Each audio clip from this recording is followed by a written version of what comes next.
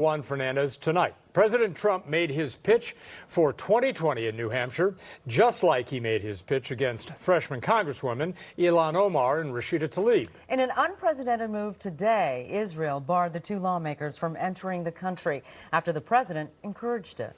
KCAL9's Lori Perez joins us with the late-breaking details. Lori.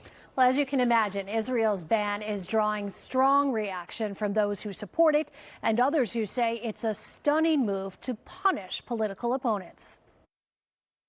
Representative Omar, that's another one. Just saying her name was enough to elicit boos from a raucous crowd at a campaign rally in New Hampshire tonight. Minnesota Congresswoman Ilhan Omar and Michigan Congresswoman Rashida Tlaib are two of the president's most vocal critics, and some say that's the real reason he encouraged Israel to ban them from visiting the country next week, despite what he said on the tarmac before leaving for New Hampshire. The things that they've said, Omar, Tlaib, what they've said is disgraceful, so I can't imagine why Israel would let them in. Both congresswomen support a boycott of Israel for what they say is an abuse of Palestinian rights. Israeli Prime Minister Benjamin Netanyahu, a close friend of Mr. Trump, announced the decision to deny them entry just hours after the president tweeted it would show great weakness if Israel allowed Representative Omar and Representative Tlaib to visit.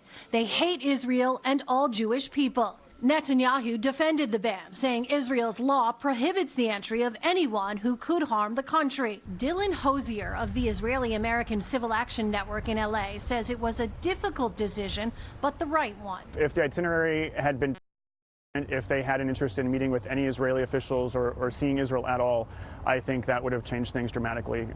Again, in this case, the itinerary had zero elements of it that were in Israel or connected to Israel at all whatsoever.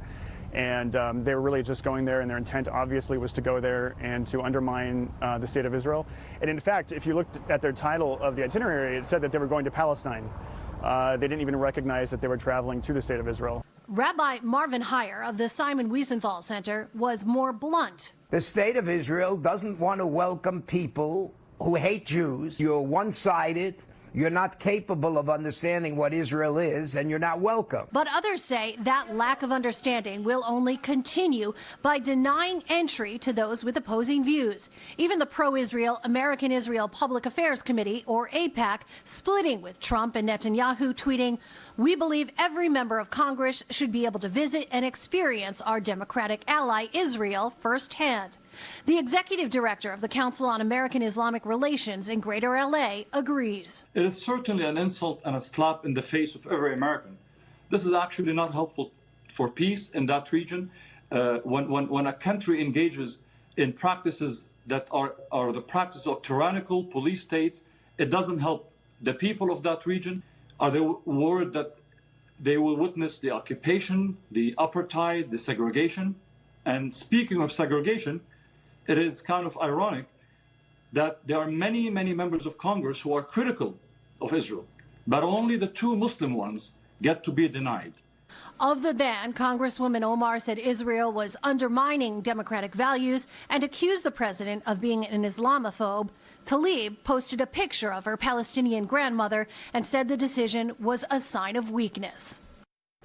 Palestinian relatives of Congresswoman Tlaib in the West Bank called the ban racist. She had planned to visit them during the trip. Israeli officials say she can file a humanitarian request to see them if she pledges not to promote boycotts while